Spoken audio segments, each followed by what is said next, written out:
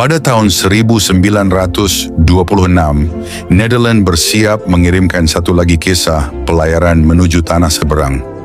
Dari dermaga yang ramai, kapal uap megah milik Rotterdamsche Lloyd, kapal SS Patria berdiri gagah menunggu perintah berangkat. Dengan kapal inilah sebuah perjalanan panjang akan dimulai, menyusuri lautan luas menuju Hindia Belanda. Di bawah komando Kapten Bond, perjalanan ini tak hanya sekadar perpindahan dari satu benua ke benua lain, melainkan sebuah penghubung antara dunia barat dan timur.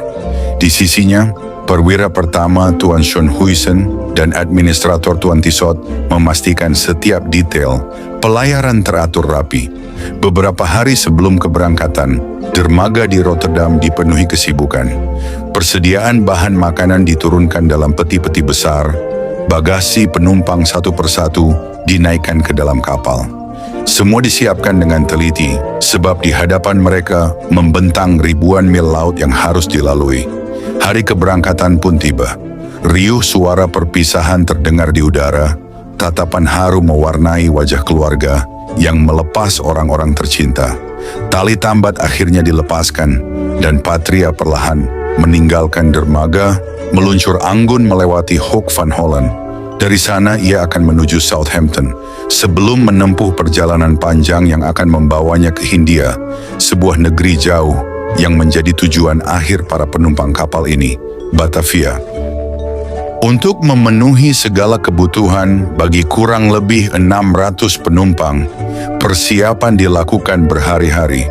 Para pekerja sibuk tanpa henti dan deretan mobil panjang tampak hilir mudik, mengangkut perbekalan menuju kapal.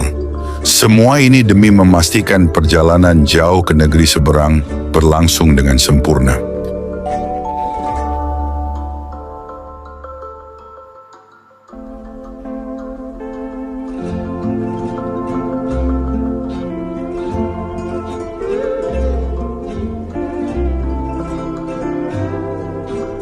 Bahkan sang tukang daging pun hadir, mengantarkan 52.000 pon daging segar. Semuanya demi menjamin kenyamanan dalam pelayaran panjang menuju negeri seberang. Dan tak hanya itu, untuk melengkapi persediaan linen di kapal, turut disiapkan 42.000 serbet, taplak meja, spray, dan berbagai perlengkapan lainnya. Semua ini direncanakan dengan cermat, agar setiap penumpang dapat menikmati perjalanan yang aman, nyaman, dan penuh kemewahan. Di balik semua persiapan besar ini, ada sosok yang memegang tanggung jawab penuh, restaurator Tuan Lafrey. Dialah yang mengawasi dan memastikan seluruh perbekalan, dari makanan, minuman, hingga perlengkapan mewah, tersedia dengan sempurna untuk perjalanan yang tak terlupakan. Dalam tugas ini, ia tidak sendiri. Ia dibantu oleh Tuan Parker yang setia mendampingi setiap langkah persiapan besar ini.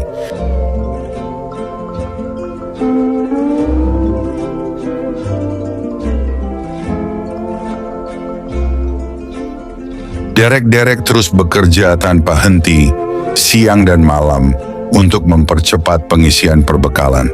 Persiapan masih jauh dari selesai, karena kebutuhan masih begitu besar.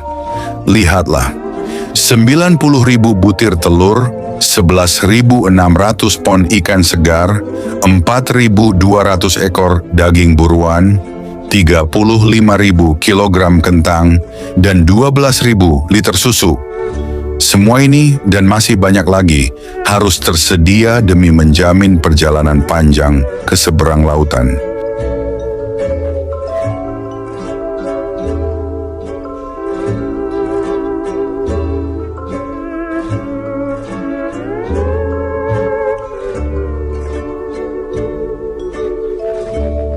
Sementara itu, di tengah hiruk-pikuk persiapan, kapal SS Selamat perlahan ditarik menuju dok. Kapal megah ini siap menjalani perbaikan setelah perjalanan panjangnya dari Batavia ke Nederland.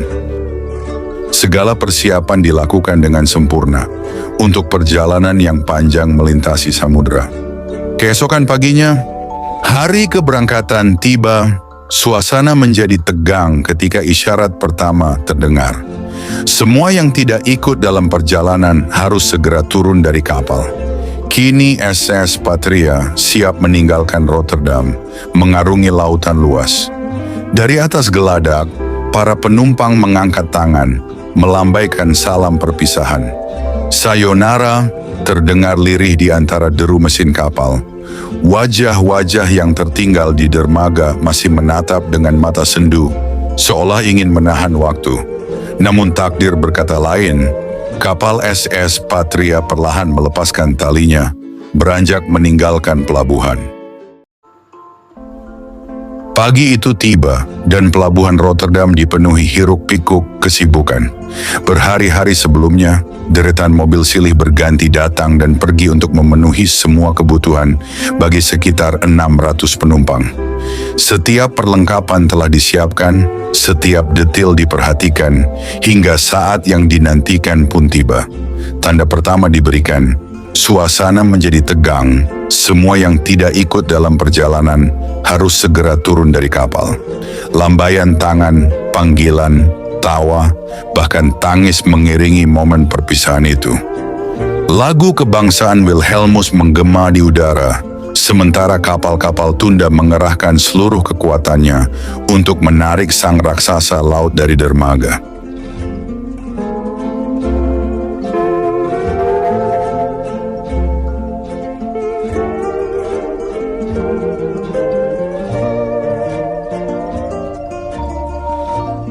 Perlahan, sangat perlahan, kastil laut yang megah itu mulai bergerak. Lambat namun pasti, ia meninggalkan tanah air. Pemandangan di kedua sisi bergeser perlahan, dan tak pelak lagi, hati siapapun akan berbisik. Belanda, aku mencintaimu begitu dalam, engkau begitu indah, dengan hutanmu, lautmu, dan pantaimu.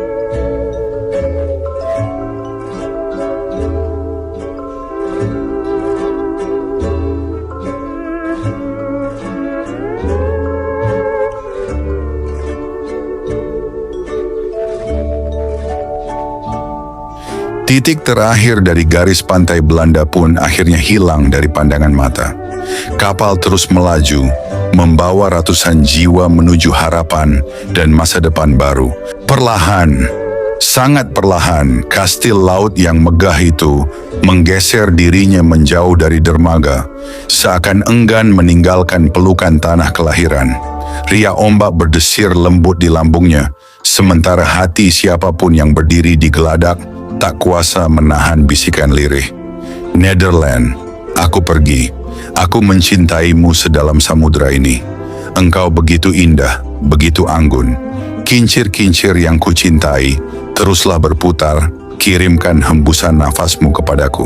Garis pantai Belanda kian memudar, titik terakhirnya lenyap dari pandangan mata, bagai bayang yang tersapu kabut.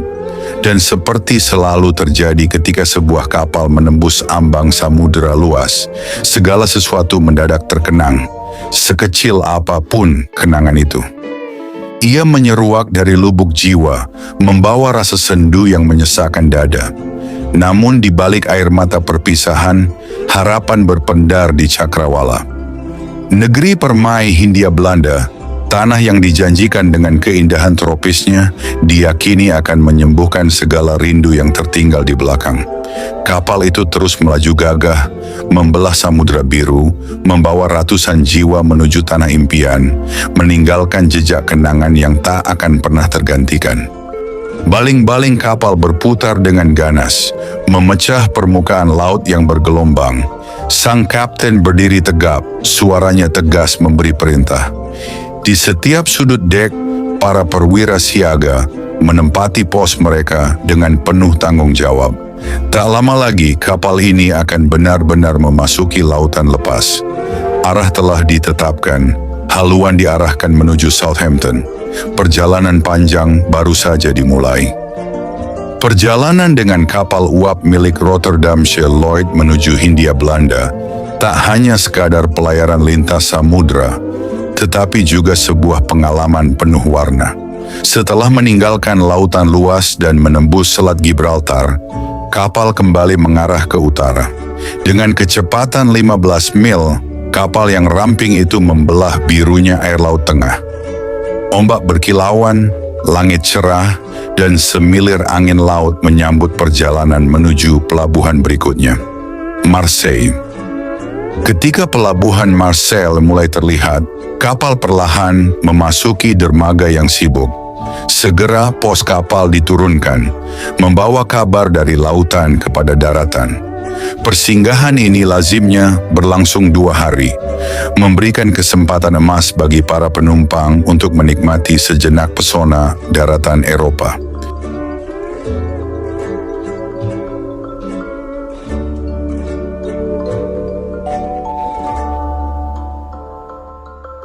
Dari Marseille, perjalanan ke Côte d'Azur dengan kereta sungguh menggoda, bahkan Anda dapat sempat mengunjungi Nice, permata di tepi laut tengah yang menawan. Namun, semua ini hanyalah selingan dari sebuah pelayaran besar, karena tujuan akhir tetaplah Hindia Belanda, negeri tropis dan permai yang menunggu dengan segala janji keindahan dan harapan di seberang samudra. Dengan kapal uap, bagian ketiga dari perjalanan panjang menuju Netherlands Oost-India pun dimulai. Perjalanan belum selesai setelah meninggalkan Marseille, kapal kembali mengatur haluan. Lautan luas menanti. Ombak yang tak bertepi mengiringi kapal menuju Southampton, sebelum akhirnya mengarungi samudra dunia yang tak mengenal batas. Semua ini adalah bagian dari perjalanan agung, membawa kapal menuju tanah penuh harapan, Hindia Belanda. Perjalanan ini bukan sekadar pelayaran, melainkan sebuah penghubung antara dua dunia, antara negeri di utara yang sejuk dengan koloni tropis yang permai. Para perwira kapal tampak sibuk di geladak, mengukur ketinggian matahari untuk menentukan posisi pelayaran. Dengan bantuan sextant, mereka menghitung titik koordinat secara cermat, lalu mencatatnya pada peta navigasi.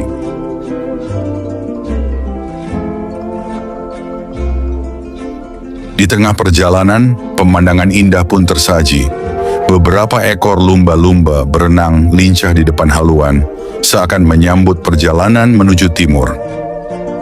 Keesokan harinya, mereka berpapasan dengan kapal Belanda SS Rotterdam dari jalur pelayaran Holland America Line, sebuah pertemuan yang menandakan bahwa jalur maritim internasional begitu hidup dan sibuk pada masa itu. Saat malam yang indah tiba dan Selat Messina berhasil dilewati, suasana pelayaran terasa semakin megah, membawa para penumpang menapaki babak baru dalam pengembaraan mereka. Beberapa hari kemudian, kapal akhirnya memasuki pelabuhan Port Said, pintu gerbang menuju terusan Suez, yang menjadi jalur penting penghubung antara Eropa dan Hindia Belanda. Di kota yang ramai, Simon Arts menawarkan rokoknya kepada para pengunjung, sementara yang lain memajang dagangannya. Taplak-taplak indah, syal halus, kalung berkilauan, kartu pos penuh cerita, dan entah apa lagi yang menggoda mata. Belum lagi kapal menambatkan tali pengikatnya, para pemuat batu bara sudah bergegas datang. Mereka bersiap memasukkan 1.600 ton batu bara ke dalam perut kapal. Hitam, pekat, menjadi tenaga untuk perjalanan panjang yang menanti. Sementara itu, kami kembali naik ke kapal di Suez. Perlahan kami memasuki Laut Merah. Disinilah dimulai lintasan terpanjang. 11 hari ke depan, mata kami hanya akan menatap satu warna. Birunya udara dan birunya lautan. Tanpa batas, tanpa akhir. Namun kejenuhan tak dibiarkan berkuasa. Seorang pesulap datang ke geladak, dikenal dengan nama Kelly Kelly. Dengan tangannya yang lincah, ia menjadikan seekor anak ayam menjadi 3, dan uang perak di tangan kita berubah menjadi tembaga. Lalu trik demi trik lain memancing decak kagum. Di ruang mesin, kerja tak pernah berhenti. Tanpa jeda, dari dua sisi kapal, batu bara terus dilahap oleh perut besi ini. Hitam dan berat, menjadi santapan yang tak pernah cukup. Dan begitulah berakhir sudah babak ketiga dari perjalanan panjang ini. Hari-hari berikutnya membawa kami kembali ke dek kapal yang berlabuh di Suez. Dengan desir angin yang memeluk, perlahan kapal melepaskan tali dan melaju ke Laut Merah. Disinilah rute terpanjang dimulai, sebuah jalur yang menantang kesabaran, di mana selama 11 hari mata hanya akan bertemu dua warna abadi, birunya langit dan gemuruh air yang tak bertepi. Namun di atas kapal kehidupan tak pernah mati. Di tiang haluan pertarungan seru menjadi hiburan yang digemari, dentuman tawa pecah bersama desau angin laut. Dan ketika hari merayap menuju petang, sebuah kejutan manis datang. Sinterklas yang baik hati muncul dengan janggut putihnya, membawa seikat kegembiraan bagi anak-anak yang matanya berbinar, seolah badai sekalipun tak mampu merampas keceriaan mereka. Hari-hari terus bergulir, panas kian menggigit setiap jam, seakan matahari menurunkan segala bara amarahnya tepat di atas kepala kami.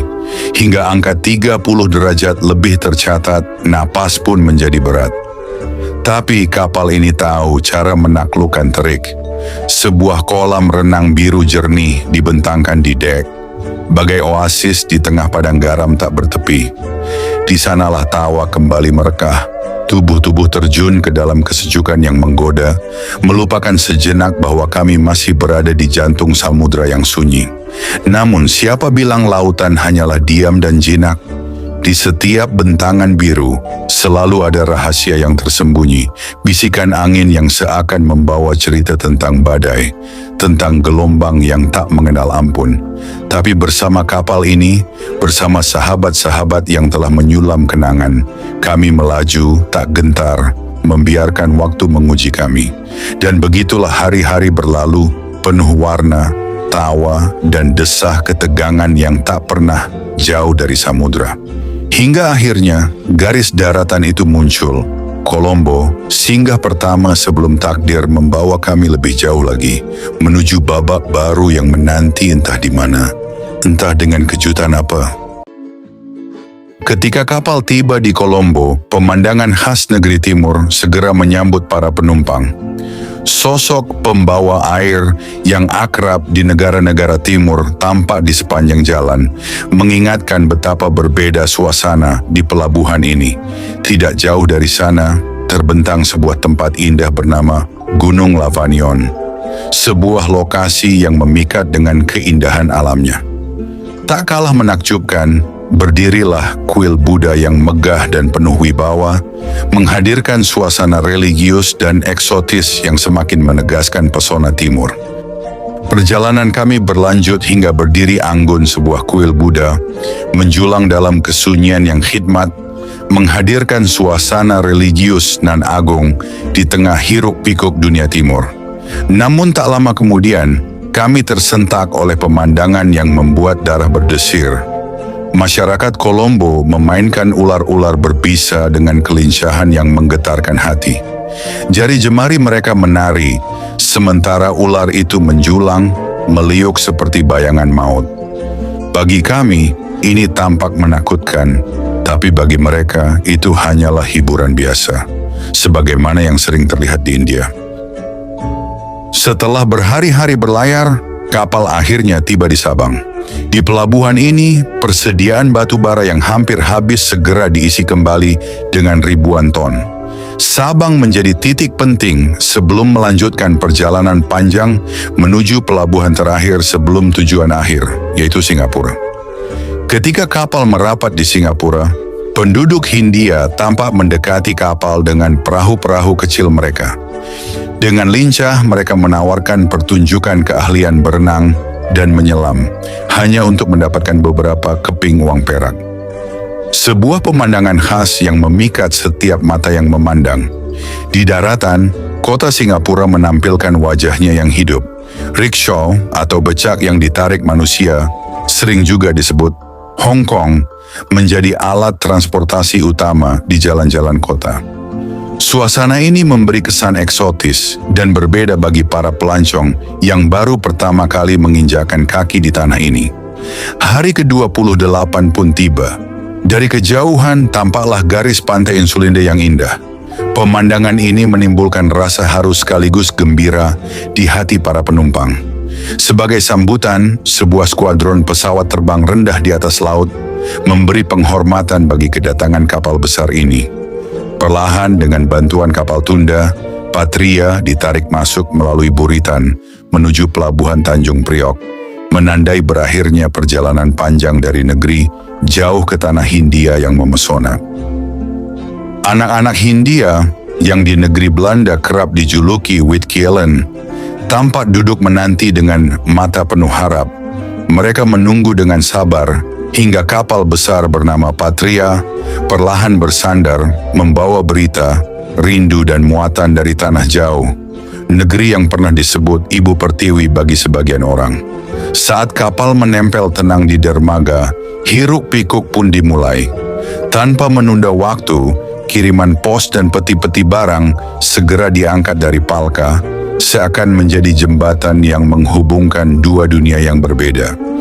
Dinginnya Eropa dan hangatnya Hindia. Di balik riuh pelabuhan, terpampang sebuah judul yang memikat, In Kitje in Batavia. Sekilas pandang tentang Batavia, kota yang dulu disebut Permata Timur. Batavia terbagi dalam dua dunia. Kota lama, saksi kolonial yang pekat dengan aroma masa lalu, dan kota baru yang berdenyut dengan geliat modernitas. Di jantung kota, pasar ikan berdiri sebagai tempat tertua, tempat di mana kehidupan berputar dalam harmoni yang sederhana. Di sini, orang-orang Tionghoa memainkan peran terbesar dalam roda perdagangan pribumi. Hampir setiap toko kecil dan perusahaan berada dalam genggaman mereka. Di tanah yang berdebu, para pedagang khas duduk berjongkok, dikelilingi dagangan yang menjadi sumber penghidupan. Sedikit lebih jauh, tampak seorang apoteker pribumi dengan ratusan botol kecil berisi ramuan obat, orang yang lebih dipercaya oleh penduduk daripada seorang dokter Eropa. Tak jauh dari sana, sebuah restoran sederhana mengundang rasa. Di dalamnya jari-jari coklat yang lincah menggulung adonan kecil, mencipta cita rasa yang memadukan kearifan lokal dengan sentuhan asing. Dan lihatlah betapa tenang dan damainya suasana ini. Setiap gerakan bebas dari kegelisahan Eropa yang kerap kita kenal. Tidak ada langkah tergesa, tidak ada napas terburu. Segalanya mengalir perlahan, seperti sungai yang tahu kemana ia harus bermuara. Perjalanan berlanjut ke Buitenzorg, ke kebun raya yang tersohor di seluruh dunia. Taman tropis yang memeluk ratusan jenis flora, menjadi mahkota hijau yang meneduhkan hati. Akhirnya kisah panjang dari Nederland menuju Batavia menemukan titik akhir di istana Gubernur Jenderal, simbol kekuasaan yang tegak di tengah taman tropis. Di sanalah perjalanan kami berlabuh, meninggalkan jejak tentang dua dunia yang berpadu, Barat dan Timur, masa lalu dan masa depan, dalam satu cerita yang disebut Hindia.